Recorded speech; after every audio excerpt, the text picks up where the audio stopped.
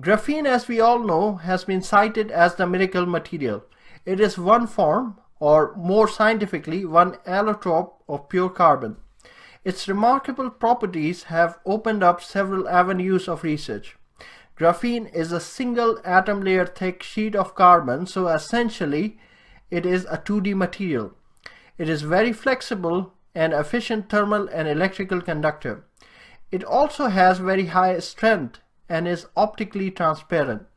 This makes it extremely interesting material for scientists, as there are many materials that are conductive but they are not transparent, and for this reason graphene lends itself for application in photovoltaics. At present, several different variations of graphene-based solar cells are being researched. Even for the best of students, it is difficult to read the scientific journals and get the measure of various strands of research because of the terminology, and so we have broken down the jargon in this video and will present the ongoing work in an easy to understand language. There are three main areas where graphene is helping solar panels push the boundaries of performance. The first is their use as electrode or charge carriers. The second is their use as photovoltaic material, and third is their use as a charge holder. We'll discuss each of them individually. First, we look at graphene's use as an electrode or a charge carrier. The relatively higher electric conductivity of graphene is widely known. For a semi-metal, it has an impressively low resistance value of 3.1 microohms per centimeter square. This sounds even more astounding when you consider that graphene is a two-dimensional material. If you look at an ordinary solar PV cell, then we find metal strips covering it. These strips, or mesh wires, are there to collect the free electrons knocked out by the sun rays. There are two disadvantages of having these strips. Firstly, they do not cover all the areas for collecting the electrons, and there is a reason for that, which is in fact our second problem. The rays of sun are blocked by these metal strips on areas covered by them. This mesh of conducting strip sits right at the top and can block up to 5% of the sun rays reaching the PV cell, which reduces the overall output. This is exactly where graphene fits in. It is transparent and it can collect electrons knocked out by the sun rays, thus improving the overall efficiency of the panel. Also, the layer of graphene is flexible and thus is ideal for organic solar cells whose unique selling point is their flexibility. Graphene is also an indispensable material for panels that require flexibility as well as transparency. At present, indium tin oxide (ITO) is widely used. Although this material is conductive and transparent, but it is stiff and brittle.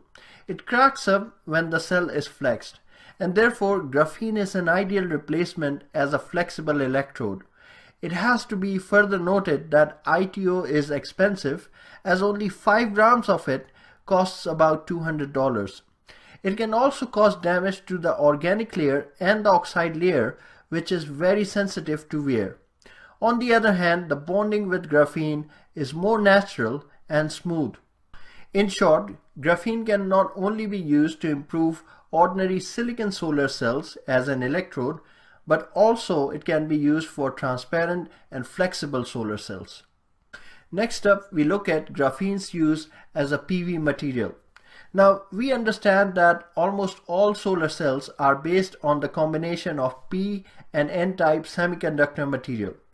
There is a new breed of PV cells emerging that are based on Schottky junction diodes.